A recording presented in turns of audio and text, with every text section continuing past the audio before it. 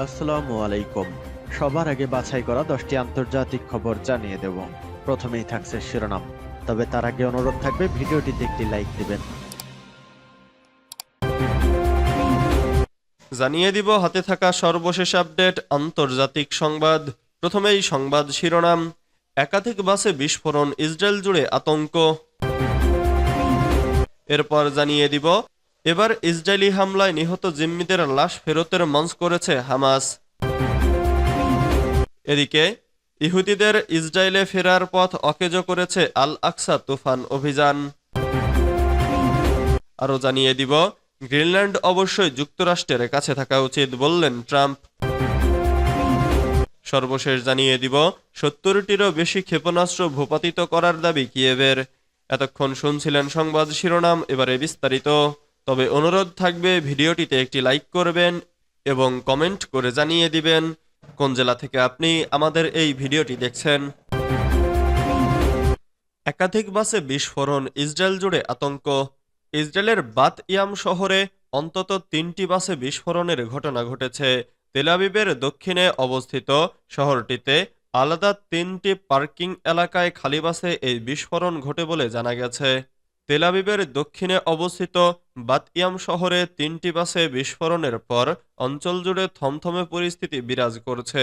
বিস্ফোরণের পর পুরো এলাকা নিরাপত্তার চাদরে ঢেকে ফেলা হয়।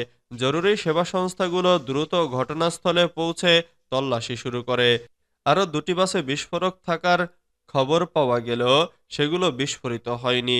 সন্দেহভাজনদের খোঁজে পুরো শহর জুড়ে অভিযান চলছে। স্থানীয় গণমাধ্যমের প্রতিবেদনে জানা যায়, অবিস্ফোরিত একটি ডিভাইসে বিশেষ বার্তা পাওয়া গেছে। লেখা ছিল, তুলকারেম থেকে প্রতিশোধ। তুলকারেম অধিকৃত পশ্চিম তীরের একটি শহর। নেতানিয়াহু বাহিনীর ওই অঞ্চলে সাম্প্রতিক সামরিক অভিযানের প্রতিশোধ হিসেবে এ হামলা করা হয়েছে বলে ধারণা করা হচ্ছে। এ ঘটনার পর প্রতিরক্ষা মন্ত্রণালয় নতুন করে পশ্চিম তীরের শরণার্থী শিবিরে অভিযান আরও বাড়ানোর ঘোষণা দেয়।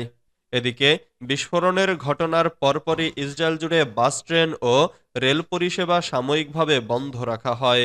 নিরাপত্তা বাহিনী অন্যান্য যানবাহনগুলোতে বিস্ফোরক থাকার আশঙ্কায় তল্লাশি চালাচ্ছে। এছাড়া জনগণকে সতর্ক থাকতে এবং সন্দেহজনক কোনো বস্তু দেখলে নিরাপত্তা বাহিনীকে জানানোর আহ্বান জানানো হয়েছে। ইসরায়েলের প্রধানমন্ত্রী পরিস্থিতি নিবিড়ভাবে পর্যবেক্ষণ করেছেন। নিরাপত্তা বাহিনী হামলার উৎস খুঁজে বের করতে কাজ করছে। সাধারণ জনগণকে সতর্ক থাকতে বলা হয়েছে। পাশাপাশি শহরের গুরুত্বপূর্ণ এলাকাগুলোতে নিরাপত্তা আরও জোরদার করা হয়েছে। এবার ইসরায়েলি হামলায় নিহত জিম্মিদের লাশ ফেরতের মঞ্চ করেছে হামাস। গাজা যুদ্ধবিরতি কার্যকর হওয়ার পর থেকে এখন পর্যন্ত প্রতিটি জিম্মি মুক্তির আগে মঞ্চ তৈরি করে অনুষ্ঠানের আয়োজন করেছে হামাস। যেই অনুষ্ঠানে আমন্ত্রণ জানানো হয়েছে স্থানীয় গাজাবাসীদের। এবার খুন হওয়া জিম্মিদের লাশ হস্তান্তরের জন্য মঞ্চ তৈরি করেছে ফিলিস্তিনের স্বাধীনতাকামী সংগঠন। 4 নিহত জিম্মি শিরি এরিয়েল, কেফির বিবাস ও ওদেদ শিফলিটসকে মুক্তি দেওয়ার আগে বৃহস্পতিবার দক্ষিণ গাজা উপত্যকায় খান ইউনুসের পূর্ব এলাকায় একটি মঞ্চ তৈরি করেছে হামাস। মঞ্চের একটি ব্যানার দেখা গেছে শিফলিটস, শিরি এরিয়েল এবং কেফির বিবাসের ছবি। সেই সঙ্গে ব্যানারটির উপরে ইসরায়েলের প্রধানমন্ত্রী বেঞ্জামিন নেতানিয়াহুকে একজন রক্তশোষক পিশাচ হিসেবে চিত্রিত করা হয়েছে। ছবিটিতে আরবি, ইংরেজি এবং হিব্রুতে লেখা রয়েছে, যুদ্ধাপরাধী নেতানিয়াহু এবং তার সেনাবাহিনী তাদের ক্ষেপণাস্ত্র এবং জায়নবাদী যুদ্ধবিমান দিয়ে হত্যা করেছে। আরেকটি ব্যানারে লেখা হয়েছে, যুদ্ধের প্রত্যাবর্তন, কফিনে আপনার বন্দীদের ফিরে আসা। একটি প্ল্যাকার্ডে সংখ্যায় জায়নিজম, নাৎসিজম লেখা ছিল। এদিকে বুধবার ইসরায়েল নিশ্চিত করেছে 4 লাশের সঙ্গে আরও 6 জিম্মিকে ফেরত পাবে তারা। জিম্মিরা হলেন শিরি বিবাস, তার 2 ছেলে এরিয়াল বিবাস এবং কেফির বিবাস এবং ওদেদ শিফলিটস। এর ফলে হামাসের বন্দিদশা থেকে 503 দিন পর মুক্তি পাবেন তারা। তাদের গত 7 অক্টোবর নিজ বাড়ি থেকে ধরে নিয়ে গিয়েছিল হামাস। উল্লেখ্য, এ পর্যন্ত ১৯ ইসরায়েলি জিম্মিকে ছেড়ে দিয়ে অন্তত ১,১০০ ফিলিস্তিনি বন্দির মুক্তি নিশ্চিত করেছে হামাস।